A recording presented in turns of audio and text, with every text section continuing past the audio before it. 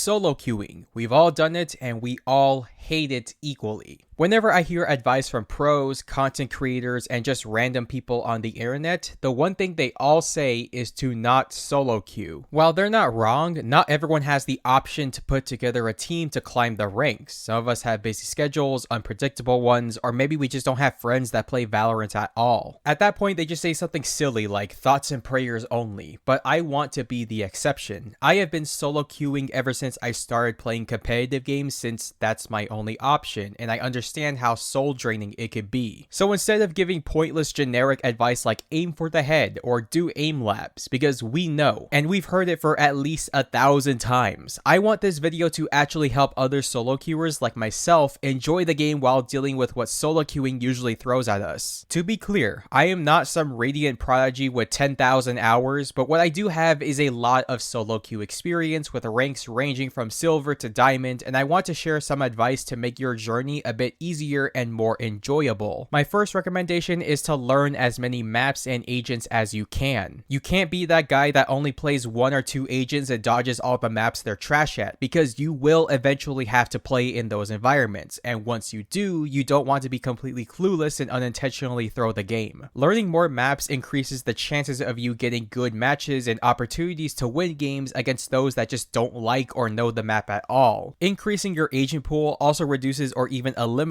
the issue of being in a situation where you have to play an agent you're not familiar with. I'd say learn at least 2 agents per role, so try to learn 2 smokes, 2 duelists, 2 sentinels, and 2 initiators, and try to build your way up from there. The best way you could practice these maps and agents is to play swift play. Just pick an agent you're not comfortable with and simply learn. Don't beat yourself up if you're not good at the agent, as the whole point is to get good at them. Focus on what the agent can do and what your opponents do to counter your abilities so you could properly prepare for those counters. Also, try to find which agents work in certain maps and which agents don't, so you already know what not to pick during the agent select phase during a match. The second piece of advice is to give comms by talking, not just typing, not pinging, actually speak into the microphone. One of the most frustrating things about competitive games is getting a bunch of teammates that don't talk. Unlike games like Call of Duty where you could just mute everyone and still have an enjoyable experience, you have to communicate in competitive Valorant. The more people that have comms, the more likely you'll win the match, since you can coordinate with each other. The biggest problem with not having any comms whatsoever is not knowing what's going on in the places you aren't. If there's a 5-stack rush onto a site and your teammates don't say anything about it, the rotation is going to be delayed so much to the point where the round might end up being a save round because of it. If not having a mic is an issue, for starters, buy a headset with a microphone. There are plenty of affordable options these days for both PCs and consoles. Even Apple earbuds with a microphone will do. If that's still not an option, the best thing you could do is use your ping and type as fast as you can, but the point is to get a microphone. It's a lot easier to say something than to type something. I understand that some people have anxiety when it comes to talking to other people, especially women that have to deal with jerks that have never been laid before, so what I do is to try to break the ice at the agent select phase. If no one talks, or if someone is automatically a jerk before the timer goes down, try dodging and requeuing just once. It's the only time I'd recommend a dodge. I believe you have 1 before a cooldown, then a 2-minute cooldown on the second, so try to use them wisely. The third tip is to know when it's time to take a break. We all have those days where we just can't seem to get a win, or nothing seems to go your way when you play. Then you insta-requeue, then you lose again, then you think you're in a non-existent loser's queue, then you lose again,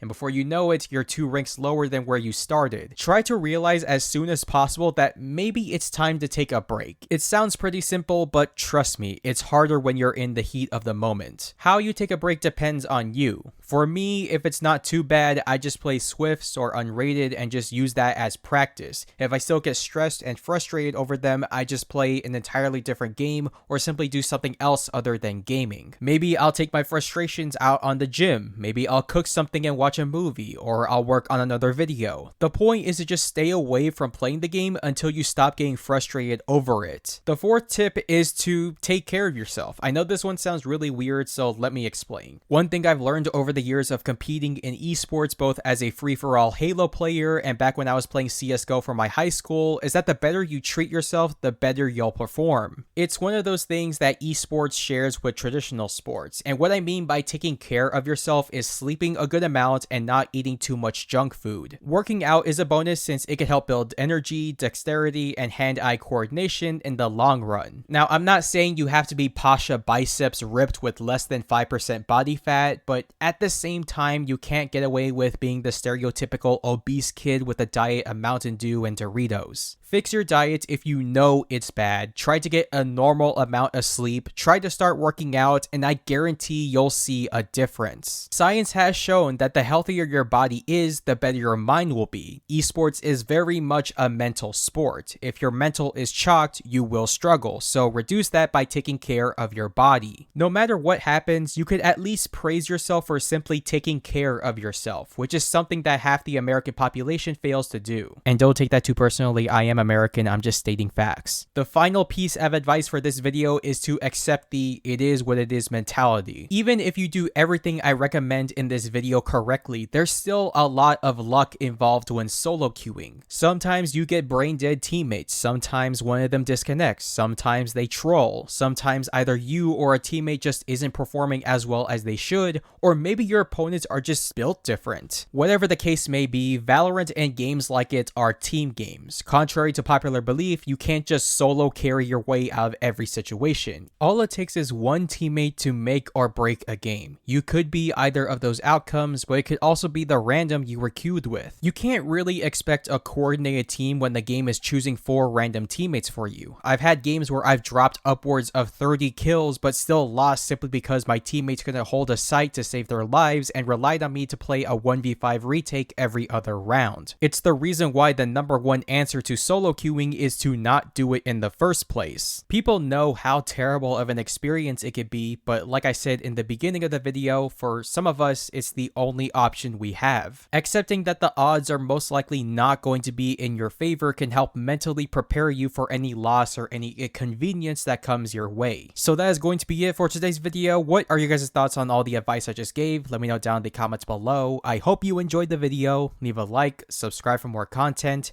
and I'll talk to you all later.